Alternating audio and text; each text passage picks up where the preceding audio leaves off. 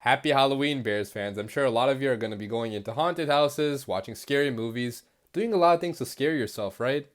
But if there's one thing I could recommend that you should do to scare yourself the most, it is to watch the Bears offense this year. What's up, guys? I'm back with the Bears prediction videos. This time we got a Week 9 matchup against none other than the Philadelphia Eagles, a team I really do not like talking about or thinking about because every time I think about them, this guy appears in my head, okay? What he did in the last game we played against this team, I mean, he freaking ruined our season, right? He probably ruined a potential Super Bowl appearance last year because, I mean, we were firing on all cylinders. Our offense was looking, I mean, it still was not great, but it was looking a lot better than it was this year.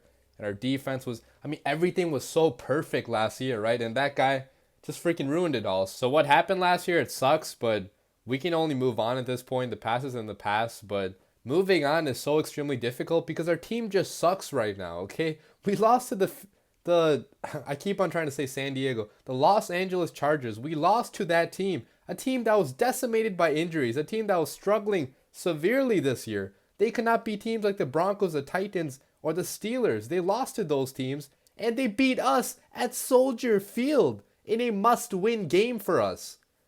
So that loss right there really tanked our chances of making the playoffs this year. I mean, it's really going to take a miracle at this point to make the playoffs because, like I mentioned earlier, I mean, our offense is just completely god-awful. It's scary to watch, and our defense cannot carry it. It's the same old thing year after year. Our amazing defense cannot carry this god-awful, horrendous offense.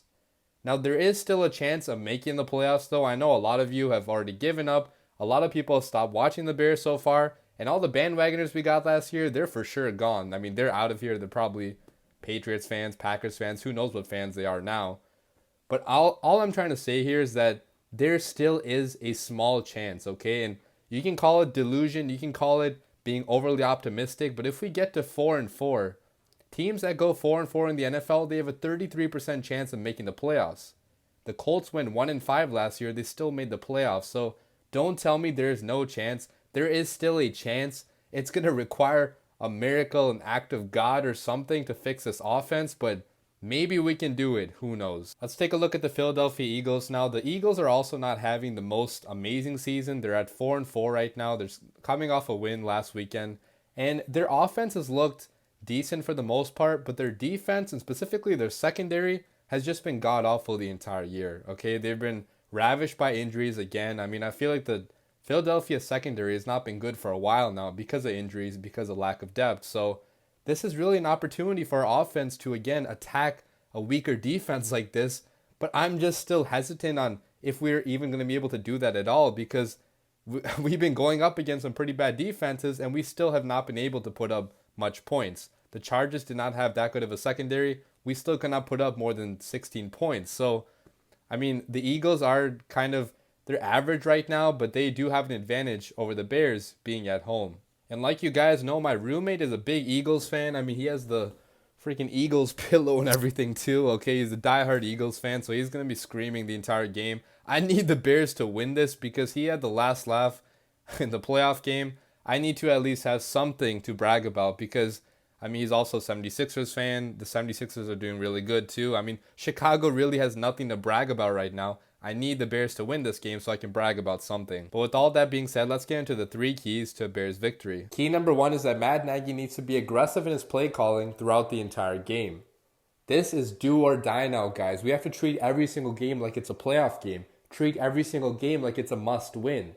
You do not play conservative anymore. Matt Nagy, for as much as he promised he was going to be this super aggressive coach, he has not been that over the past couple weeks.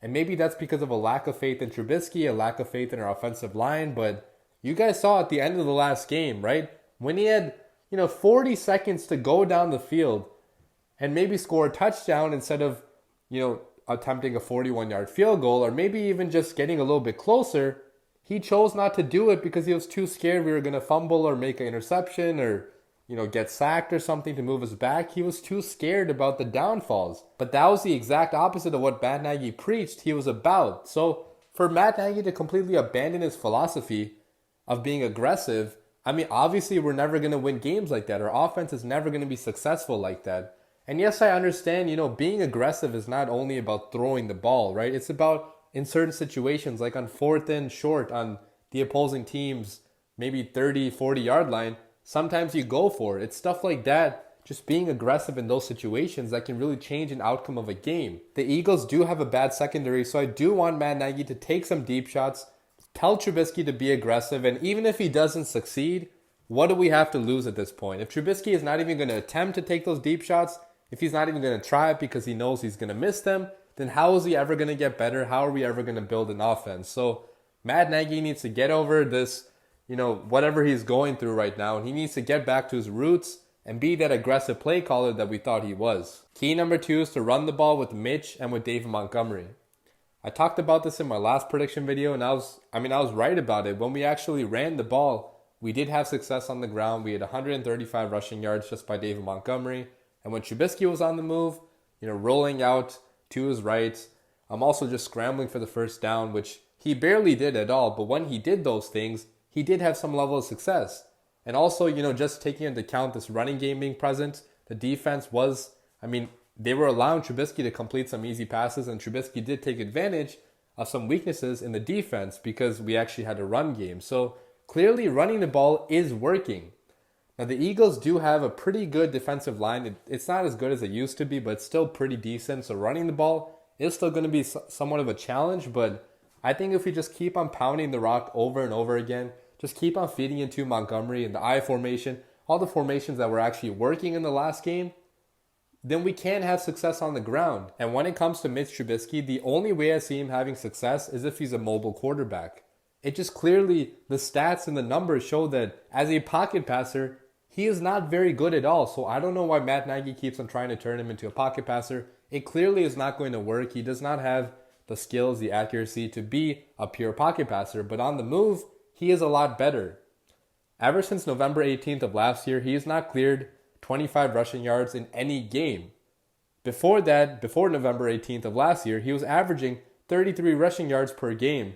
And he was considered to be one of the better rushing quarterbacks in the NFL. You saw the game he had against the Patriots. He ran for a lot of yards, and even against teams like the Vikings. On the move, Trubisky is pretty decent because he does have that sneaky speed that can catch teams by surprise. And I feel like he's more confident as well throwing when he's on the run. He can see the field a little bit better. It makes it a little bit easier for him. So if Matt Nagy can just get Trubisky on the move, try to get him running as much as possible, I think our offense can have some level of success. And key number 3 is that Leonard Floyd needs to have a huge game. The reason why our pass rush is not as dominant lately as it was in weeks prior is because Leonard Floyd has been completely silent. Okay, he's not doing anything at all. It seems like he's not generating any pressure. Mack is getting doubled and tripled up sometimes, but Leonard Floyd is still not coming home. He's not getting any sacks. He's not getting any pressures, and this has caused our pass rush to not look as dominant as it has in weeks prior. When Leonard Floyd actually had a good game in week 1, our entire pass rush looked dominant. Other guys were having success too. We held Aaron Rodgers and the Packers to only 10 points because Leonard Floyd did have a good game. Now, obviously, he's not the only person on defense, but it just matters so much. Like his role is so important because we already know how good Khalil Mack is. We already know he's going to get doubled and tripled. If Leonard Floyd could just be average, be above average, we would have so much success on this defense. So he needs to have a good game this weekend. He needs to get a sack. He needs to prove his worth because so far he hasn't. All right, so there you have it. Those are the 3 keys to Bears victory. If the Bears accomplish at least 2 of those keys, I feel like we will win this game. And now it's time for my score prediction. And I'm predicting the Chicago Bears for the first time to lose against the Philadelphia Eagles by a score of 24-17. And guys, the only reason I say this, right, is because I want to reverse the curse. Okay, I've picked the Bears to win every single week so far this season. I have to pick them to lose at some point, and maybe picking them to lose is going to make them win somehow. So I'm picking the Eagles to win for that reason, but also because my head tells me that the Eagles do have a better chance of winning.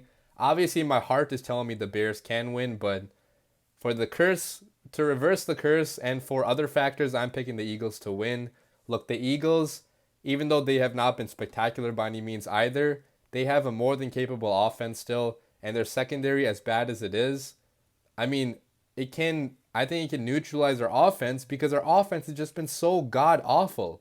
Matt Nagy's play calling has been very questionable. Our offensive line play has been very questionable. Our quarterback play has been absolutely horrendous. So I just don't see, with an offense this bad, how we can possibly put up points, right? I don't care how bad the secondary is. Trubisky has not been able to complete the most basic throws. Every time he takes a shot down the field, I hold my breath in because I don't know if he's going to make it or not. So for all these reasons, I'm picking the Eagles to win. But again, I hope they prove me wrong. I hope this trend of me picking the Bears to lose results in us winning, but who knows what's going to happen. I hope we win, though. Let's get to my MVP of this game now, and I'm actually picking Eddie Jackson, Bojack, to be the MVP of this game. I think he gets 2 picks. That's a bold prediction, but I think he's going to get in there twice.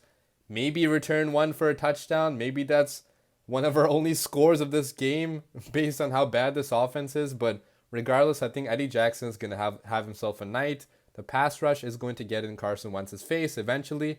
It's going to force him into some bad throws, and Eddie Jackson will be on the back end to recover those. But that's going to wrap up my video. As always, leave your comments down below. I want to know what you guys have to say about this game, if you agree with me, if you disagree.